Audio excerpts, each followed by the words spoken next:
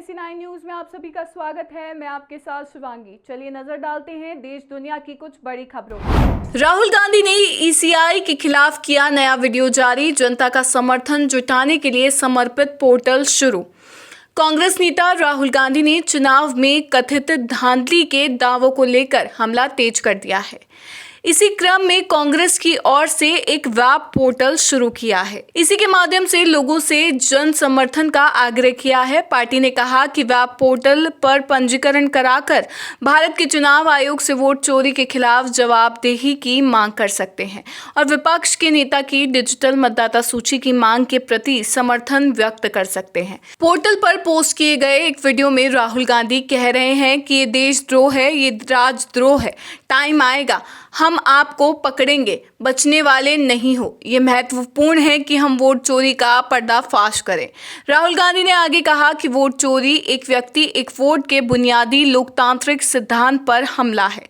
साथ ही जोर देकर कहा कि स्वतंत्र और निष्पक्ष चुनावों के लिए एक साफ मतदाता सूची आवश्यक है। उन्होंने कहा कि चुनाव आयोग से हमारी मांग स्पष्ट है, पारदर्शिता दिखाएं और डिजिटल मतदाता सूची सार्वजनिक करें ताकि जनता और राजनीतिक दल स्वयं उसका ऑडिट कर सके। राहुल गांधी ने लोगों से वोट चोरी पोर्टल पर पंजीकरण कराकर इस मांग का समर्थन करने का आग्रह किया। 65 लाख वोटरों के नाम हटाए जाने पर EC ने SC में दिया जवाब। EC ने किया ADR की मांग का विरोध। बिहार में वोटर लिस्ट रिवीजन प्रक्रिया लगातार विवाद में है। ADR ने SIR को लेकर सुप्रीम कोर्ट में एक याचिका दायर की थी। ADR द्वारा इस याचिका में मांग की गई थी कि प्रदेश में 65 लाख लोगों के नाम कटे हैं, उनकी सूची जारी की जाए। इस पर चुनाव आयोग ने सुप्रीम कोर्ट में एक हलफनामा दायर किया है। EC ने ADR की इस मांग का विरोध किया है। सुप्रीम कोर्ट में अपने जवाब में चुनाव आयोग ने कहा कि चुनाव आयोग को मसौदा मतदाता सूची में शामिल न किए गए लोगों के नामों की कोई अलग सूची तैयार करने या साझा करने या किसी भी कारण से किसी को भी मसौदा मतदाता सूची में शामिल न करने के कारणों को प्रकाशित करने की आवश्यकता नहीं है। बहनों ने ही तेज प्रताप यादव को भेजी राखी। बिहार में सियासी हलचलें तेज। विधानसभा चुनाव को लेकर बिहार में राजनीति चरम पर है। इस बीच तेज प्रताप यादव का एक पोस्ट सोशल मीडिया पर बड़ी तेजी से वायरल होने लगा है। वायरल हो रहे पोस्ट में तेज प्रताप यादव ने लिखा है कि रक्षाबंधन पर हेमा दीदी, रागिनी दीदी, चंदा दीदी और अनुष्का दीदी ने मुझे राखियां भेजी है। इसके लिए मेरी सभी दीदी को धन्यवाद एवं आभार प्रकट करता हूं। तेज प्रताप यादव और तेजस्वी यादव की 7 बहनें हैं।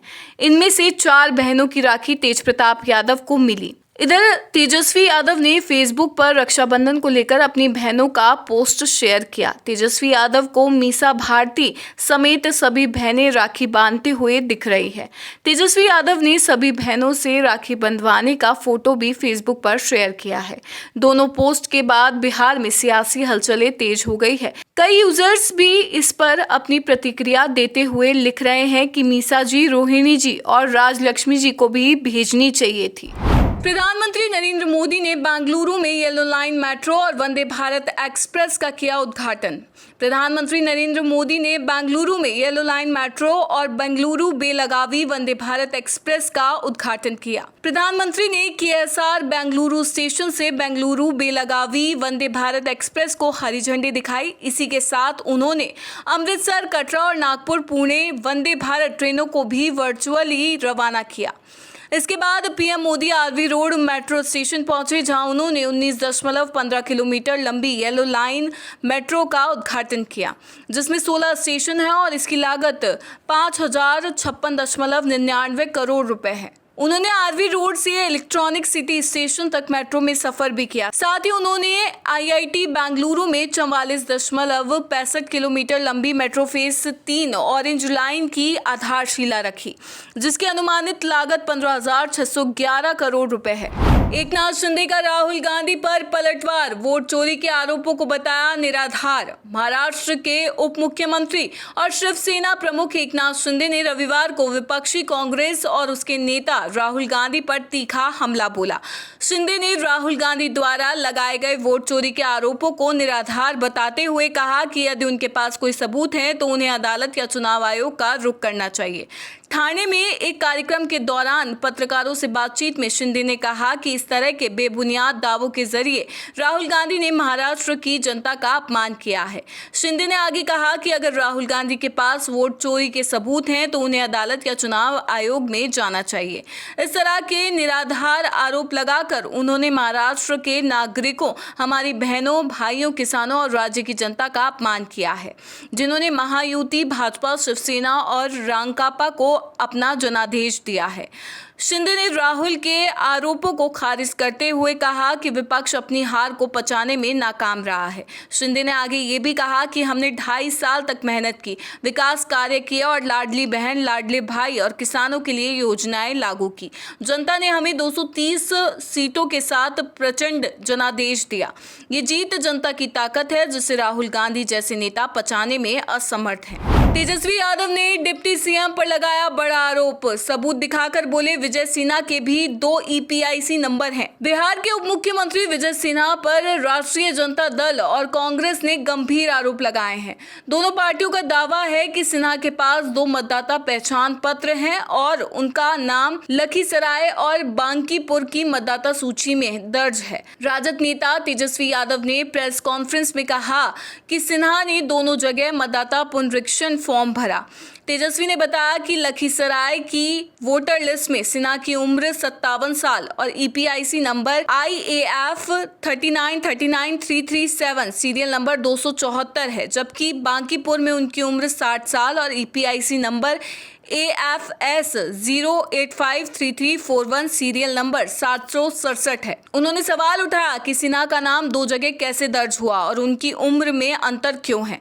तेजस्वी ने चुनाव आयोग से जांच की मांग की और कहा कि अगर सिन्हा दोषी पाए गए तो उन्हें इस्तीफा देना चाहिए। अगर आयोग की गलती है तो मतदाता पुनरीक्षण प्रक्रिया रद्द होनी चाहिए। बिहार कांग्रेस ने भी सिन्हा पर दोहरे मतदाता होने का आरोप लगाते हुए जवाब मांगा है। ऑपरेशन सिंदूर को लेकर जनरल द्विवेदी का बड़ा बयान। ऑपरेशन सिंदूर में जिस तरह से भारतीय सेना ने पाकिस्तान को धूल चटाई, उससे पूरी दुनिया अब वाकिफ है, लेकिन पाकिस्तान है कि अभी भी बेतुकी बयानबाजी से बाज नहीं आ रहा है। हालांकि पाकिस्तान के तमाम झूठों से पर्दा उठ चुका है। ऑपरेशन सिंदूर को लेकर पाकिस्तान के झूठे दावों के बीच सेना अध्यक्ष जनरल उपेंद्र द्विवेदी ने एक बार फिर पाकिस्तान को आईना दिखाया है। सेना प्रमुख जनरल द्विवेदी ने ऑपरेशन सिंदूर के दौरान पाकिस्तान की नैरेटिव मैनेजमेंट प्रणाली के बारे में बताते हुए इस बात पर जोर दिया कि जीत मन में होती है। जनरल द्विवेदी ने ये बातें IIT मद्रास में एक सभा को संबोधित करते हुए कही।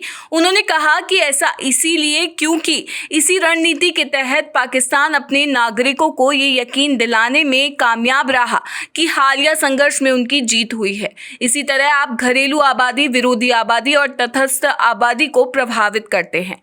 उन्होंने कहा कि नैरेटिव मैनेजमेंट सिस्टम एक ऐसी चीज है जिसका एहसास हमें बड़े पैमाने पर होता है, क्योंकि जीत का ख्याल मन में होता है। यह हमेशा मन में ही रहता है। अगर आप किसी पाकिस्तानी से पूछें कि आप हारे या जीते, तो वो कहेगा मेरा चीफ फील्ड मार्शल बन गया है, हम ही जीते होंगे, तभी तो वो फील्ड मार्शल बना है। उन्होंने आगे कहा कि रणनीतिक संदेश बहुत जरूरी था और इसीलिए हमने जो पहला संदेश दिया वह था न्याय हो गया। मुझे बताया गया है कि आज दुनिया में हमें जितने हिट मिले उनमें से सबसे ज्यादा हिट इसी से हुए। थल सेना प्रमुख ने भारतीय सेना और भारतीय वायुसेना की 2 महिला अधिकारियों द्वारा आयोजित प्रेस कॉन्फ्रेंस की और इशारा करते हुए कहा कि रणनीतिक संदेश सरल था, लेकिन ये दुनिया भर में फैल गया। NSE9 न्यूज में फिलहाल इतना ही। आगे की खबरों से अपडेट रहने के लिए बने रहिए NSE9 न्यूज के साथ। नमस्कार।